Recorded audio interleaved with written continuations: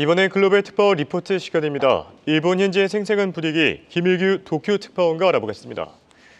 자, 최근 들어 일본 증시가 좀 주춤한 흐름을 보이긴 했지만 전반적으로는 많이 오른 상태죠. 종목별로도 명암이 갈리긴 하겠지만 2배 이상 오른 종목들의 공통점이 있다고 하는데요. 관련 소식들 그리고 기업 현지 분위기 전해주시죠. 네, 일본 니케이 지수는 지난달부터 주춤하고 있습니다. 어제죠. 지난 30일 니케이 지수는 일본, 미국의 장기 금리가 상승세를 보이면서 전일 대비 1.3% 하락한 38,054로 마감했습니다. 미즈호 증권 측은 연초 4만 선 전후에서 매수한 투자자가 많기 때문에 주가 상승 때 매도 움직임이 커지고 있다며 당분간 큰 폭의 상승은 기대하기 어렵다고 설명했습니다. 하지만 종목별 흐름은 천차만별입니다. 30일 기준 최근 1년간 주가가 2배로 오른 더블베거 종목은 시가총액 100억엔 이상만 약 90개에 달했는데요. 1년 전 같은 기간보다 25개 늘었습니다. 이들 종목의 공통적인 특징은 좁고 깊고 강하게 기존 사업의 수익성을 높였다는 점입니다. 대표 선수는 반도체주입니다. 미국 엔비디아 주가 급등에서 보듯 생성 AI와 데이터 센터 투자로 반도체 수요가 증가하고 있는데요. 특히 일본 반도체 제조 장비 기업 디스코의 상승세가 두드러졌습니다. 디스코의 최근 1년 주가 상승률은 3배, 시총은 6조 엔대까지 늘었습니다. 디스코는 반도체 웨이퍼를 자르고 깎고 닦는 3가지 공정의 장비를 다루고 있어 반도체 수요 증가는 수익 개선으로 직결됩니다. 1년 만에 2.7배 오른 홋카이도 전력도 반도체 수혜주입니다. 최첨단 반도체 양산을 목표로 하는 일본의 반도체 연합군 라피더스의 거점이 홋카이도에 있습니다. 이에 따라 이 지역 전력 수요가 늘어날 것이라는 전망이 많습니다. 세계 최대 파운드리 업체인 대만 TSMC의 일본 규슈 진출도 반도체 관련주의 호재입니다. 최근 1년간 상승률 1위는 데이터 센터 운영 업체인 사쿠라 인터넷입니다. 본업의 수익성을 높여 1년 만에 주가 상승률 2배를 달성한 종목도 많습니다. 대표적인 기업이 일본 최대 공조 설비공사 업체 다카사고 연합공업입니다. 자동화와 노동력 절감으로 업무를 효율화해 수익성을 높이고 있습니다. 옛 소니그룹 계열로 스마트폰 등에 쓰이는 필름형 접착제에 강한 덱세리얼즈도 역대 최대 순이익 전망치로 투자자를 끌어모으고 있습니다. 더블베거 잠재력을 보여주는 종목도 많습니다. 1년 만에 84% 오른 즉석면 업체 도요수산이 대표적입니다. 해외에서도 인기가 높은 마루짱 시리즈를 확대하고 있습니다. 자동차 와이퍼 고무업체 후코쿠도 눈에 띕니다. 불량품 감소 등 꾸준한 노력을 통해 역대 최대 순이익이 전망됩니다.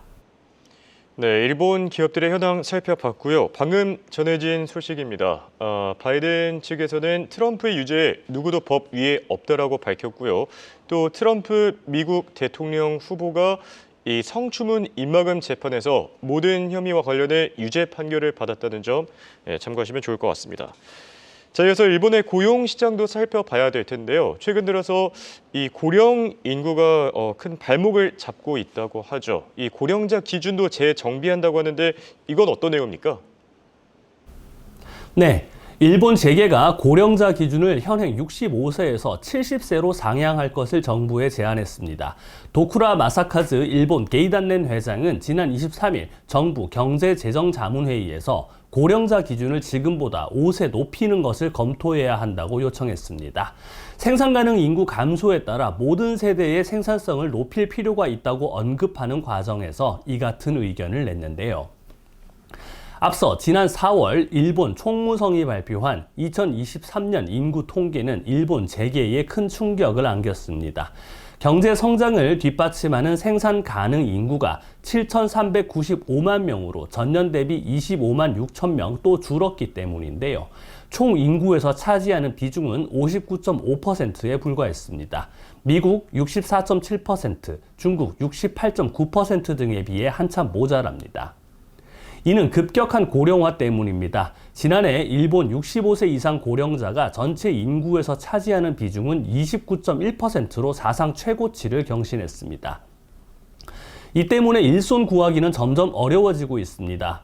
일본의 구직자 대비 구인수를 나타내는 유효 구인 배율은 3월 기준 1.28배로 코로나 대유행 이후 최고 수준을 이어가고 있습니다. 노인 기준 상향으로 65세 이상 인구를 노동시장으로 끌어들여야 한다는 게 일본 재계의 분석입니다. 이미 65세 이상 취업자는 계속 늘고 있습니다. 65세 이상 취업률은 25.2%, 그중 65에서 69세는 50%를 넘었습니다. 니혼게이자이 신문 조사에서 일본인 10명 중 4명은 70세 이상까지 일하고 싶다고 답하기도 했습니다.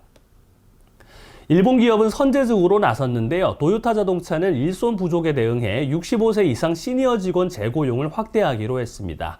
약 20명에 한해 예외적으로 하던 65세 이상 재고용을 오는 8월부터 모든 직원을 대상으로 확대합니다.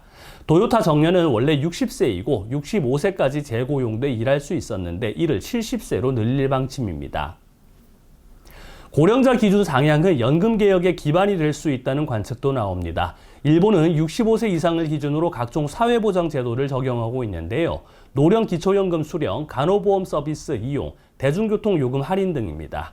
고령자 기준이 올라가면 혜택을 받는 연령도 70세 이상으로 높아져 정부의 재정적 여유가 생길 것이라는 전망입니다. 지금까지 한국경제신문 도쿄특파원 김일규였습니다.